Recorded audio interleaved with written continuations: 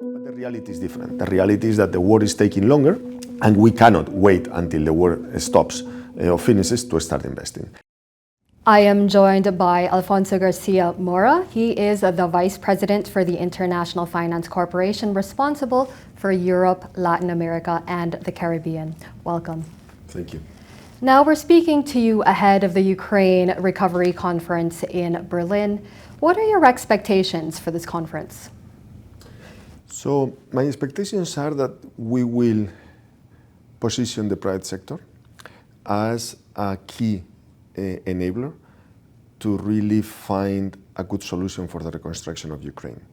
So the war is lasting more than we thought initially. This is taking more time, and we need to really start reconstructing and helping the country to have a solid and a strong private sector. And I think that all the different panels and discussions should, in my view, go in the direction of how to actually bring private capital, how can we strengthen the private sector for the recovery. There are a lot of words floating around when it comes to how to help Ukraine. What is the difference between recovery, reconstruction, resilience? How are we to understand the prioritization structure here? I will give you one example to actually understand it quickly, which is investment. How much do we invest in the future versus how much do we invest in the short term? And this is the big difference. So if I simplifying the situation, we have to finance the government because it's important. They are in the middle of a war. We need to provide working capital to companies because they might be short of private working capital and trade finance, etc. But third, we need to start helping them to invest in the medium and long term to reconstruct what has been destroyed. This last piece is the one that is lagging behind because it's not easy to actually take the decision of investing medium or long term if you are still in the middle of a war. No? Therefore, the resilience, reconstruction, or you said the other R, resilience, reconstruction, recovery. I think that there are these are three things that needs to be done simultaneously, and that we believe that we can now start working more on the reconstruction. But what does it mean to invest in Ukraine at a time where important infrastructure is still being destroyed by Russia in Ukraine? So that's a difficult part, of course, and that's why we need two things at least. One is to think on where in the country you can reconstruct some infrastructure that has been destroyed, for instance, on the energy sector. If you really need to start creating renewable energy for the energy transition and for the new energy mix that the country will have, you can actually start by doing that in the west of the country, for instance, where the bombings are less intense than in the east. No? Or if you think about transport, you might need to think on different corridors to actually facilitate the transport and the export of cereal, grains, etc., no? Beyond the Black Sea. So I think that there are ways in which you can think on how to do these investments on a more, I would say, effective way. But second piece, which is even equally relevant, is the blended finance. We need the risking. There has been a huge amount of donor financing from Western European countries, from the US, etc. We need to try to channel these funds towards the reconstruction. So to actually attract private capital and to de-risk these investments to make this private capital happen. Now, as the World Bank's private investment arm, of course, you've spent heavily in Ukrainian banking, in infrastructure, in agribusiness. Are you going to expand investments in energy and transport, as you've just talked about? Exactly. I think that, when the war started, with the invasion of Ukraine started, what we thought, we went to our board in IFC, the World Bank, and we asked for approval to invest $1 billion, to put $1 billion of IFC capital at risk, as I call it, as I informed the board at that time.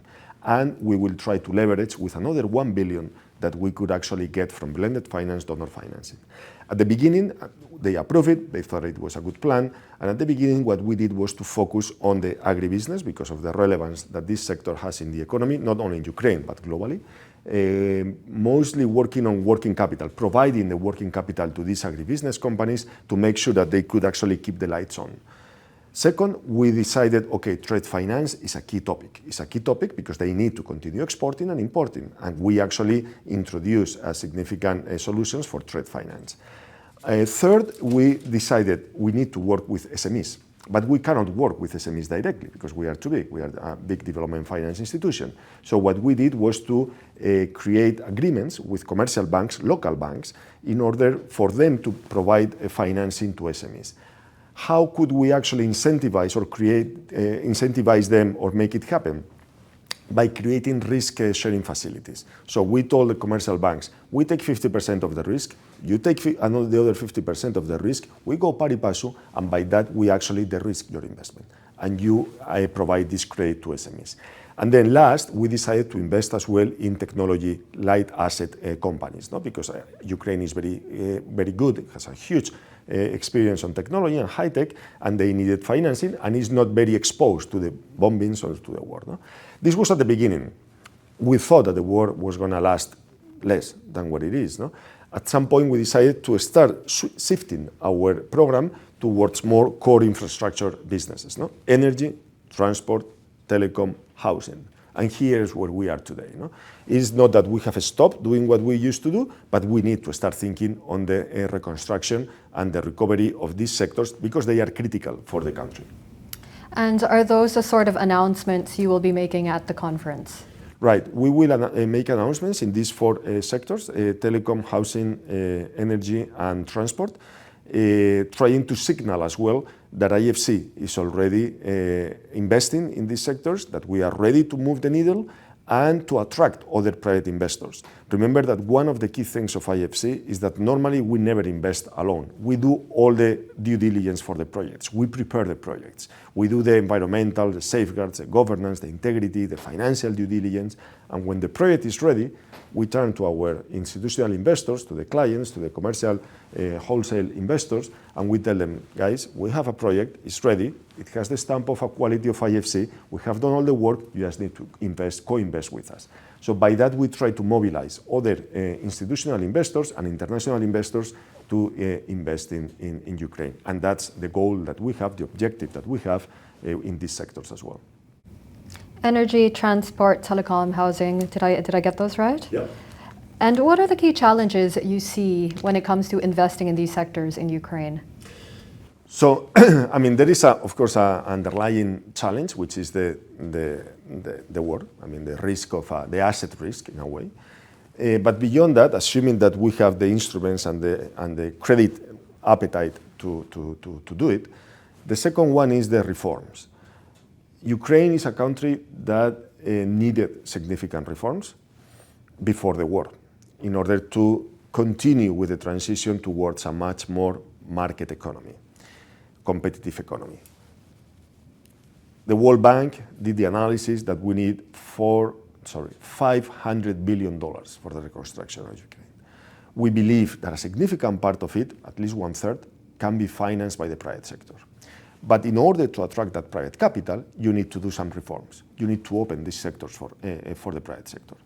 Meaning, for instance, energy. You need to have a tariff, the cost of energy, that actually makes it bankable.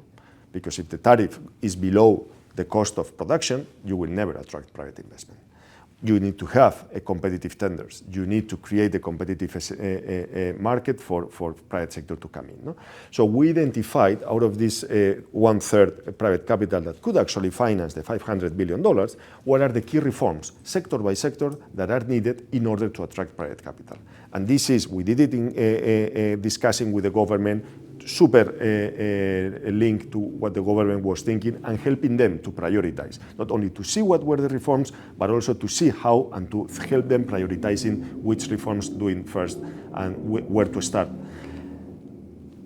As a result of that, I have to say that what this government is doing in Ukraine is unbelievable, amazing. They have today more than 200 reforms in Congress for approval. I have never seen a country that in 1 year is actually passing more than 200 reforms. It gives you a sense of how serious they are taking these reforms in order to bring in and to catalyze private capital.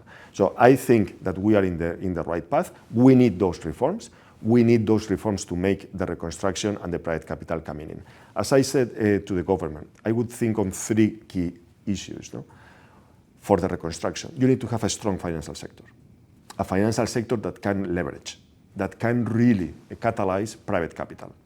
Without a financial sector strong that can provide the local credit that you need, you will never be able to reconstruct the country.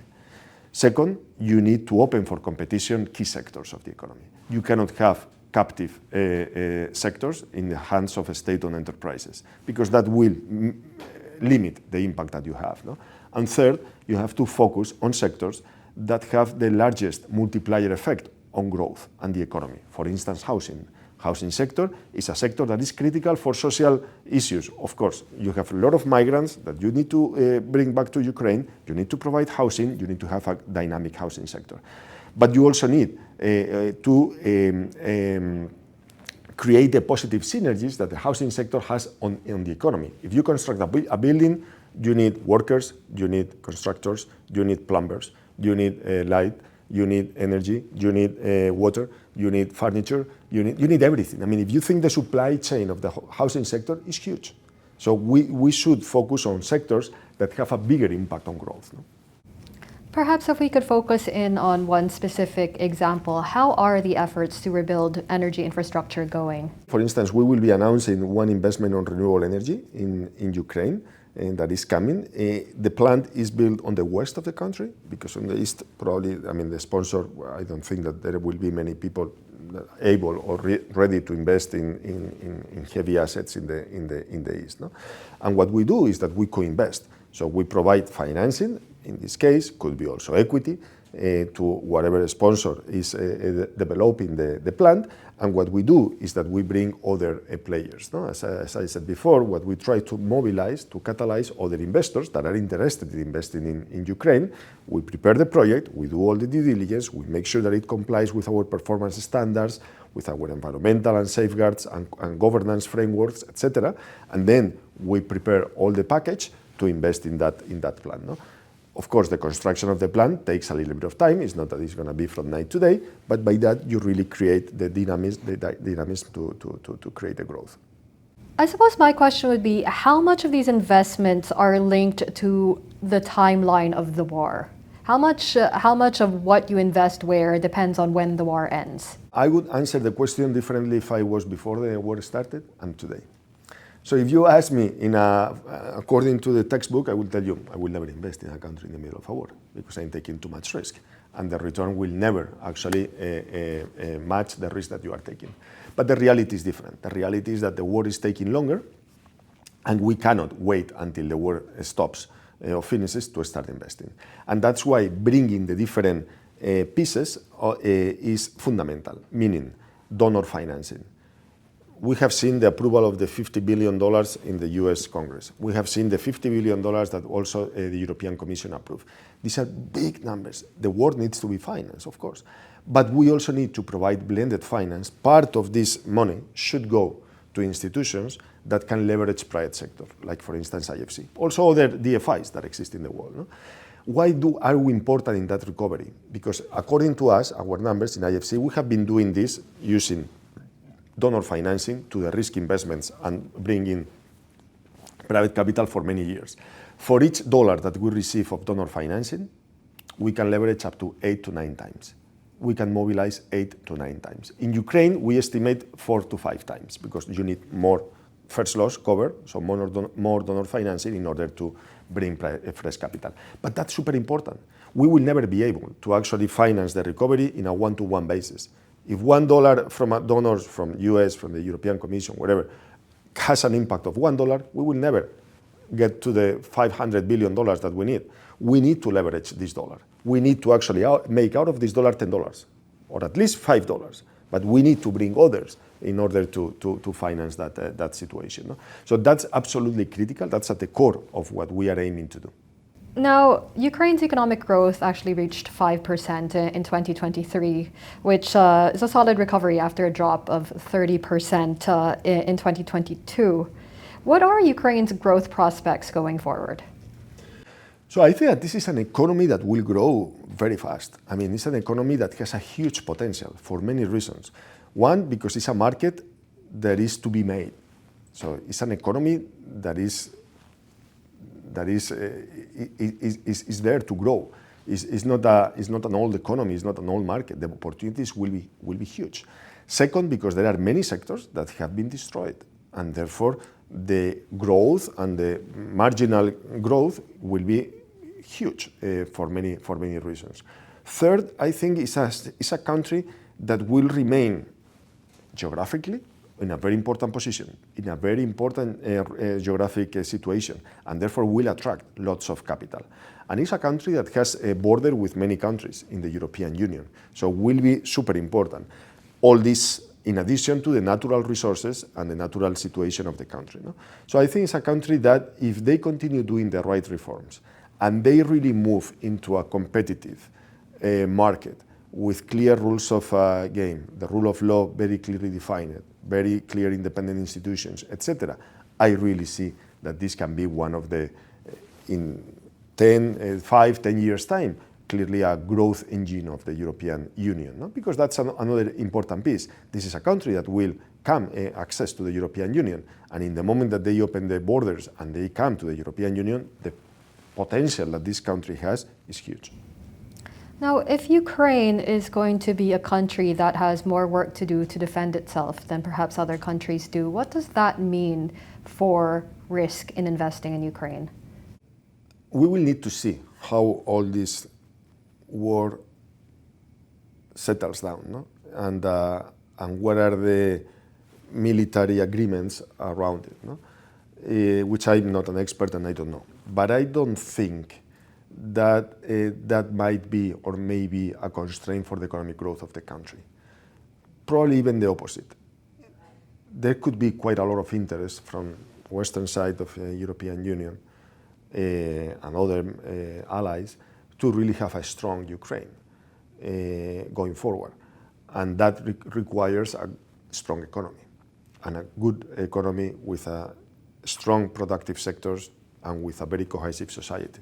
So you've mentioned the 4 areas that the IFC is concentrating on. What other sectors do you say are in need of more foreign investment? So I think that, I mean, if we cover the ones that I said, that's already a lot. I mean, if you think about having a strong financial sector, which as I said is absolutely critical for the recovery, you need a financial sector that can provide all the credit that this economy will need.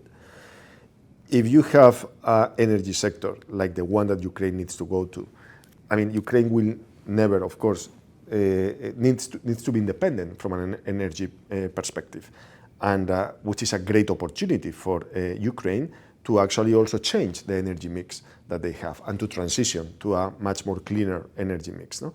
The amount of, 75% of all the energy needs or energy reconstruction that we believe could be mobilized or will be needed in the country can come from the private sector. Just that figure, 75% of the more than $100 billion, that's a lot of money. You need to reconstruct the telecom sector. That is going to be super important. Connectivity, transport. I mean, there are so many sectors. Agribusiness will still be a key sector for Ukraine because of the role that it has in the world, no? not just for Ukraine. So I really think that there are so many different sectors. The ones that we have mentioned, that we have discussed, are at the core of the impact that they may have, but all these sectors will have ramifications. As I said, housing, for instance, you need cement, you need steel, you need many industries, heavy industries as well, to provide the inputs that are necessary to build a building. So all these sectors will benefit from the demand of the housing, or the demand of the energy, or the demand of transport, etc. No? Now, at the beginning of this interview, I asked you what your goals were for the Ukraine Recovery Conference, and you said it was to mobilize private capital, to highlight the role of private capital in reconstructing especially Ukrainian infrastructure at a time where the war is still ongoing, because the war has gone on longer than expected. What do you expect from the other stakeholders of the conference? What would make this a successful gathering from your standpoint? So one is, well, as I said, a joint agreement that this is the way to go, that we need to leverage private capital, that we need to see what is needed from reforms to blended finance, to involvement of DFIs, etc., to bring more private capital into the country. And second is the prioritization, coordination. Coordination is going quite well. We have a coordination platform where the G7 countries are presented, that is led by the Ukrainian government, and where the main DFIs, IFC, BRD, EBI, World Bank, are also present. And I think that continue this coordination is going to be fundamental, because the needs are so huge that it is very easy to actually distract and everyone going on their own way, and therefore duplicating or working in parallel instead of working in a way that we can leverage each other and create a bigger multiplier effect. No? So I would say bring in more private sector, relevance of the private sector in the recovery, and coordination of policies and reforms, so that the government can prioritize those reforms that have the biggest impact in the economy. Now, my time with you is coming to a close, but is there anything that you would like to highlight that I perhaps have neglected to ask you about? I think that the two main messages, as I tried to pass, are really, we need to think how to use our blended finance, our donor financing, in a very smart way. So having the biggest impact that we can think, that's going to be super important, because the world is not full of money to finance everything, and therefore we need to leverage the capital that we have and the resources that we have. And second, the reforms are fundamental. I think that the Ukrainian authorities are doing a fantastic job focusing the reforms that will have a biggest impact, and that's what we have to do. And by biggest impact is how to maximize the role of the private sector. What we call in IFC the cascade. So basically, what can be done by the private sector, let the private sector finance it. Don't use the public sector. Don't use those resources to finance that. If that's not enough, think on PPPs, think on public-private partnerships to finance some key infrastructures, no? And let the public sector financing those things that are not bankable for the private sector. We need to establish a good way of prioritizing investments in order to leverage and maximize the impact. Thank you very much, Alfonso Garcia Mora, Vice President for Europe, Latin America, and the Caribbean at the IFC. Thank you for your time. Thank you. It has been a pleasure.